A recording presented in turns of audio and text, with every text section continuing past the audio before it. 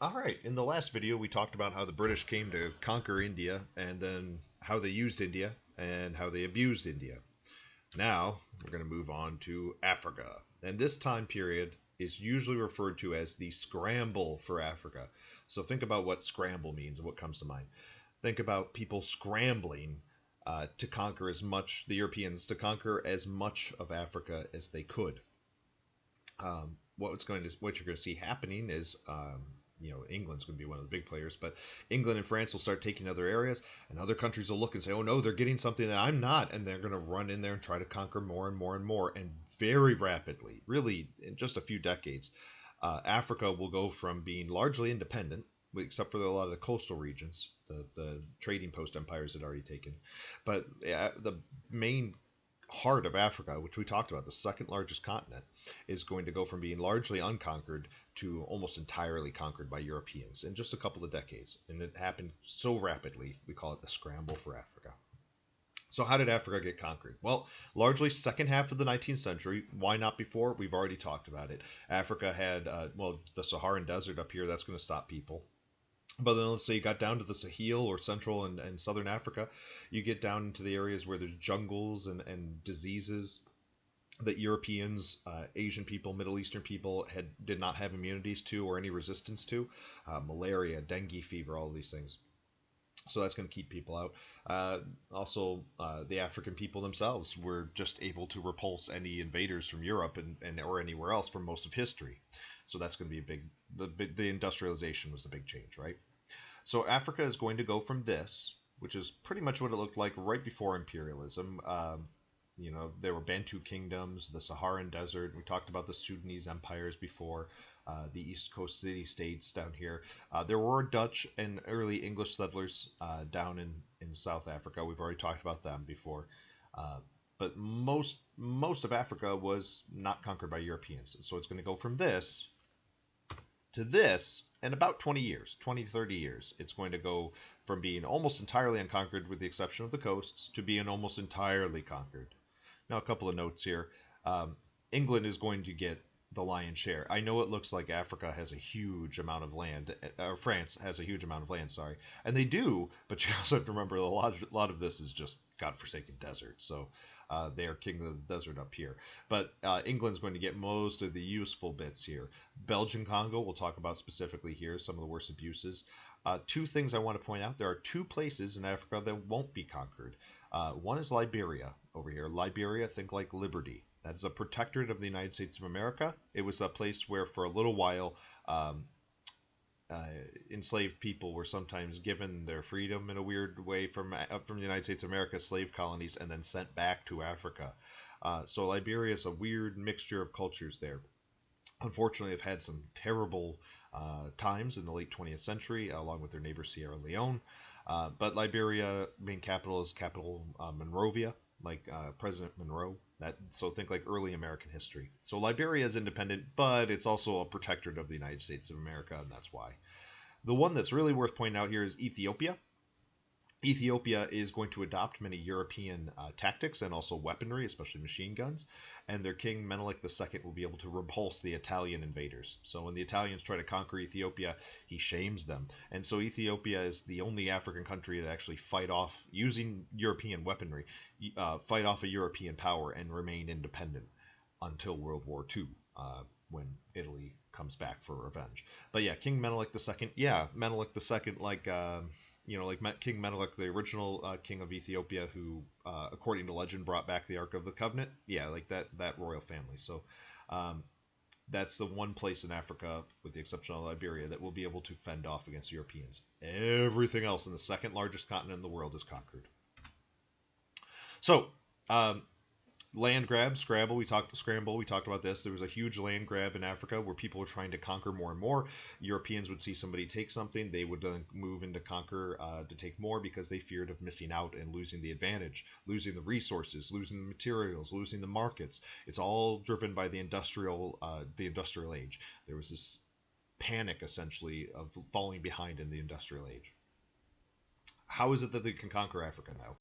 Well, mass production of all sorts of things, from military uniforms to guns to everything, eventually machine guns too. That's going to help and give Europeans a huge advantage. Medicine technology. We've talked about medical technology advancing before, um, but during this time period, a special medicine from South America is discovered. It's called quinine. That's going to give Europeans a huge advantage in Africa. One of the reasons that Europeans had trouble conquering Africa before was disease, more specifically malaria. Malaria still to this day kills more people than HIV in Africa. It is a serious, deadly disease. And if you live in sub-Saharan Africa, you're probably exposed to malaria at least once in your life. Quinine comes from the bark of a tree in South Africa, or sorry, South America. When the Europeans started moving into South America and learning about traditional medicines and exploring things scientifically, they discovered quinine. And quinine is a fairly good treatment for the symptoms of malaria. Today, you might have been exposed to quinine in your life before because it's in what we call tonic water. So, and yeah, tonic water glows under a black light. You may have done that science experiment in class before. That's the quinine inside of it. Now, quinine is a useful treatment for malaria. It's put into tonic water, which to me, I'm gonna be honest with you, tastes disgusting. It's not for me, but tonic water, quinine, that combination becomes synonymous with the British Empire. You may have heard of a gin and tonic. Gin, a very British drink there too, but a gin and tonic is the drink of British imperialism. Well, it was mixed with tonic water, which helps deal with malaria as the British are conquering into Africa. So new medicines, other medicines as well too, but that's one of the most famous ones. Rifling. Towards the end of the 19th century, rifling technology came out, and also better bullet technology. So all of a sudden, bullets were faster. They didn't have to be, chewed into anymore in order to be fired. And rifling a bullet means basically you put a spiral inside of the barrel. It becomes much more accurate. And so weapon technology in general had started to jump ahead. Steamships and railways, these allowed the empires of Europe to conquer the vast, I mean, Africa's huge, right? The second largest continent. So the vast distances of Africa all of a sudden start to shrink as steamships and railways start to basically thread through the entire continent. We'll talk later. England planned to make a railroad all the way through here, basically crossing the entire continent. And their main goal was to extract resources, but then also be able to move troops quickly as well, too. And of course, the big one, machine guns. So machine guns are the big player. Hiram Maxim invented the first real machine gun, and you can find videos of Maxim guns on YouTube if you want to hear what they've sounded like and what they looked like. But the Maxim machine gun, it was a water cooled. That's why you see this giant, like, like big barrel around the main barrel. It was a water cooled barrel. Well, you needed to cool the barrel down because it fired so quickly. There was so much friction that it basically would heat up and warp the barrel if you didn't. So he kept the one barrel cool, and then you could chain feed in the bullets through here. And if you look at it here on this tripod, all you had to do is stand behind it, a single man with a box of bullets, and he could move his hands slightly, maybe I don't know, a few degrees left or right, and kill thousands of people just by barely moving left or right. There had been earlier versions like the Gatling gun and things which were hand cranked and usually had multiple barrels, but the Maxim machine gun was small. It was pretty lightweight. You could easily carry it behind a horse or even with people. And of course, the technology is only going to improve from there. And it was very easy to fill into bullets because we had this new industrial production and the new industrial mindset, right? We can make better bullets. We can, make metal casing bullets. Everything came together. The Maxim machine gun is sometimes nicknamed the Devil's Paintbrush because it painted with blood. It was devastating. When it went into battle, when it went into use on the field, it would destroy people, destroy armies, and you didn't need to have a lot of them, right?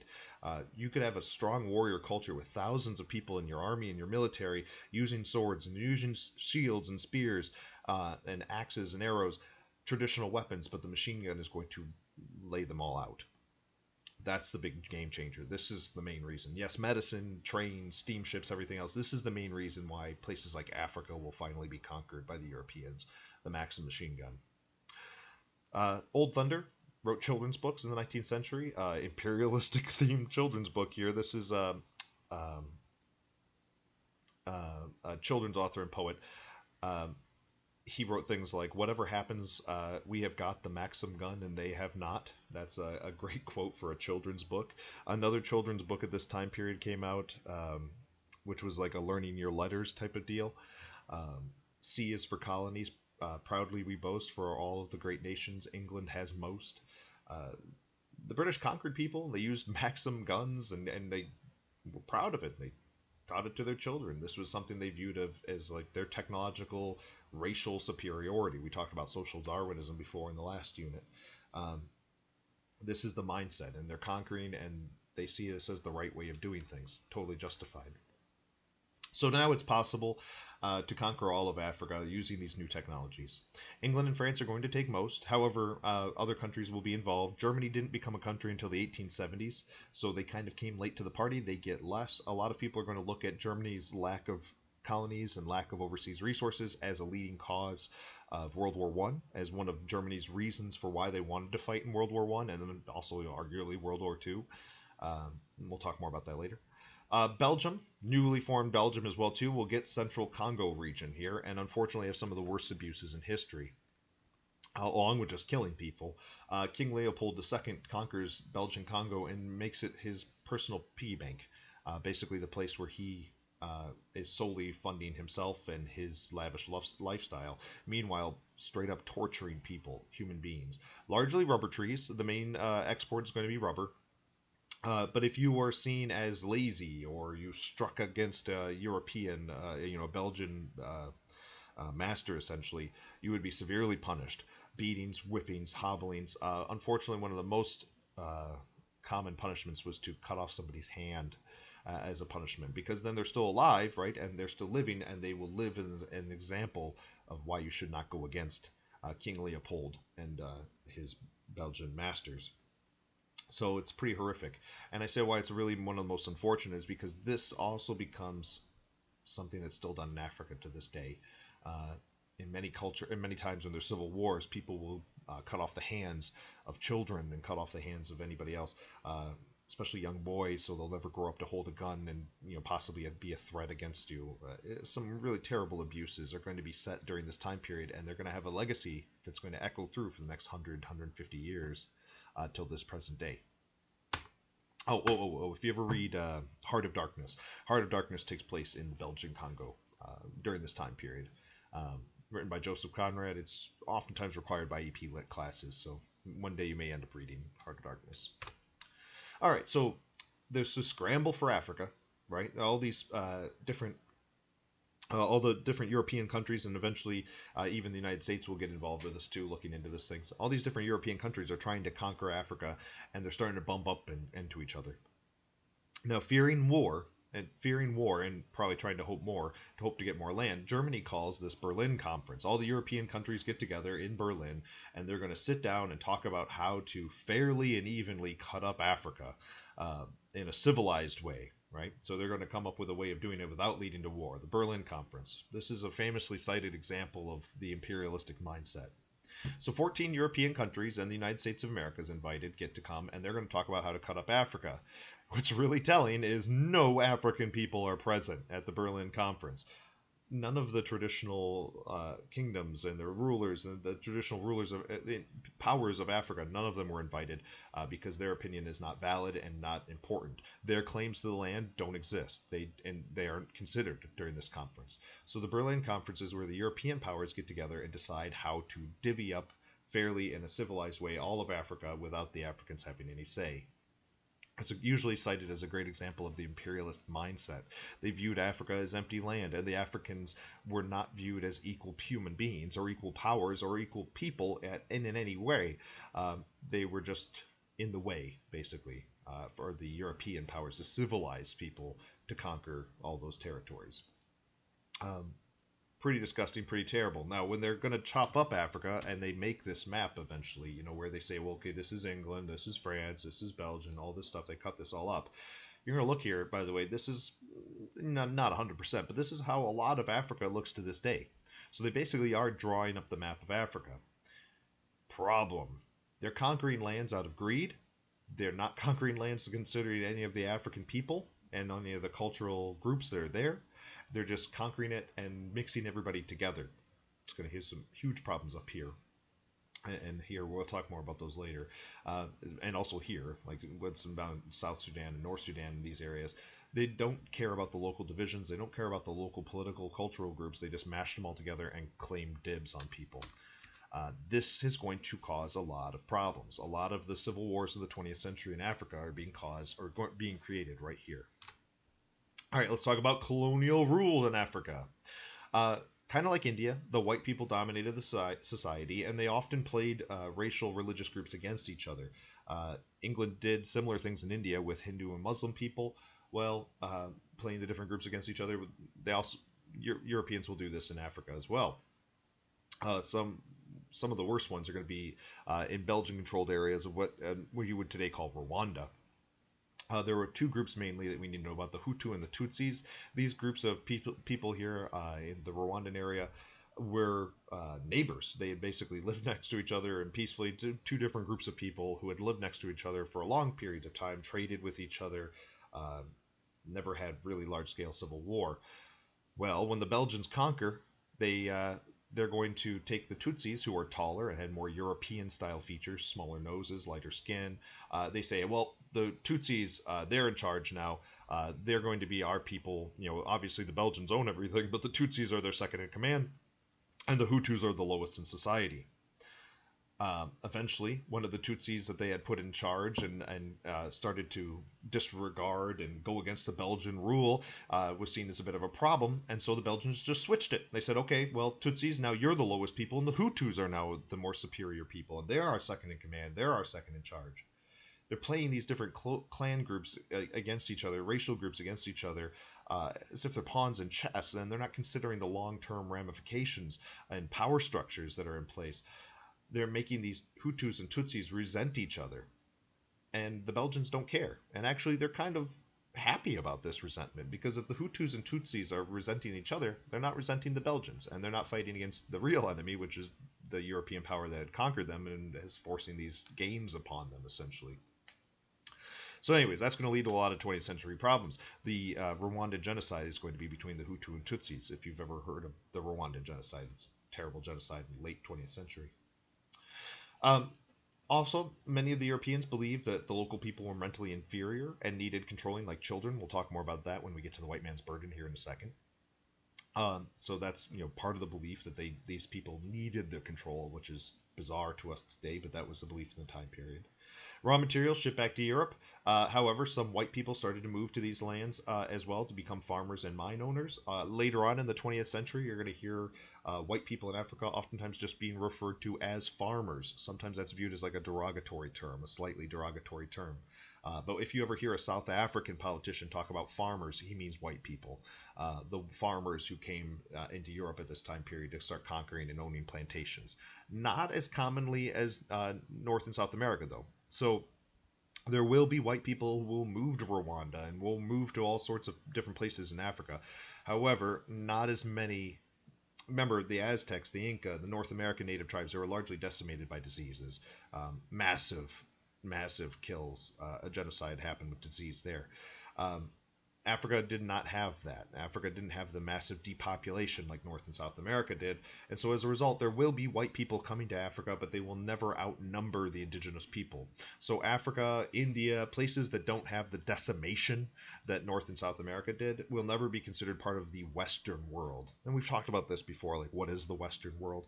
We know it means like Europe and United States of America, but really what we're in, Australia, it means anywhere where the European people, the Western people, the European people displaced one way or the other the indigenous people. Doesn't happen to Africa, doesn't happen to India, and so those places will never be called the Western world, even though they are conquered by Western powers. All right, so back to this stuff here. This is a big cultural play. The white man's burden. The white man's burden is this belief that the native people are inferior, have minds like children, and that they need to be dragged to enlightenment and dragged to civilization by the European powers. The idea that native people are inferior, mentally inferior, and needed controlling. We call this the white man's burden. Where does this come from? A poem by Rudyard Kipling. And you might know that name before because Rudyard Kipling also wrote the Jungle Book, the Jungle Books, and Rikki Tikki Tavi, and a bunch of other stories as well too. Kim not as great, but it's about a boy during the Great Game conquering Afghanistan. We'll talk about that one later. You probably know him from the Jungle Books, but he also wrote a poem, "The White Man's Burden," which becomes the catchphrase for justifying imperialism. You got to think about this. If you're a European, if you're a British, French, Belgian imperialist, and you're conquering, you may know, maybe you're aware enough that you're doing this for money. However, that's hard to sleep at night, right? You're doing horrible abuses to people, chopping off hands. How do you actually justify this? Uh, and also, you got to understand these people viewed themselves as Christian. They had to come up with a way of making it, reconciled with their faith and with their humanity. The white man's burden is going to be that justification. This is how they are going to justify their rule of the different parts of the world and the treatment of these people. So, the white man's burden is basically this idea that the white man, the European white man, and eventually American white man, must drag the native person. Yes, this is a terribly racist caricature. Must drag the native person, uphill. Right? It's a struggle. It's going to be difficult, but drag the people, the native people of the world, uphill to the schoolhouse. The schoolhouse here representing education and civilization. Right? And you can see how the European is is depicted here compared to the native person. This is the white man's burden. The idea is that the white people are doing it for the benefit of the native people. They are conquering them and torturing them because they're trying to teach them lessons. Um, and that in the long run, it will be for their own good. They're bringing them Christianity. They're bringing them capitalism, right? And they're bringing them democracy eventually. Then, not really, but that's the idea. So Rudyard Kipling's poem, "Take up the white man's burden, send forth the best ye breed," talking about white people here. "Go send your sons to exile to serve your captives' need, to wait in heavy harness on fluttered folk and wild, your new caught sullen peoples, half devil and half child.